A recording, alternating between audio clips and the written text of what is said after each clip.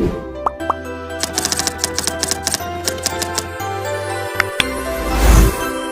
everyone, I am Carla Marijoy Diano And Joshua Galcanias. and we will be leading the Warm-up exercise.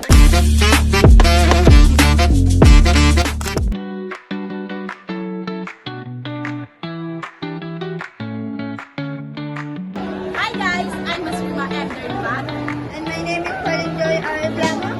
and now we're going to perform Bird dog exercise.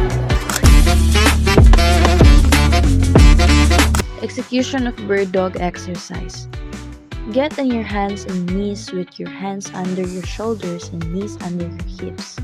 Maintaining a neutral spine, engage your core, then slowly extend your opposite arm and leg straight out, creating a long line from your hand to your foot, keeping your hips and shoulders square to the floor. Hold for a few seconds, then slowly return to the starting position and repeat on the other side.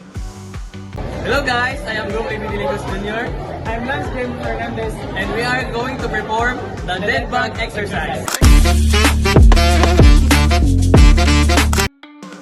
The dead bug exercise. Step 1. Starting position. Lay on your back on the mat.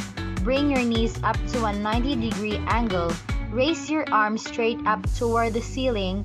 Keep your lower back gently pressing into the floor. Step 2. Initiate movement. Take a deep breath in. As you exhale, slowly you lower your right arm and left leg toward the floor simultaneously. Keep the arm straight and move it overhead until it's just above the floor. Extend the leg straight without touching the floor. Move slowly with control and don't let your back arch. Step 3. Return to starting position. Inhale as you bring your right arm and left leg back to the starting position.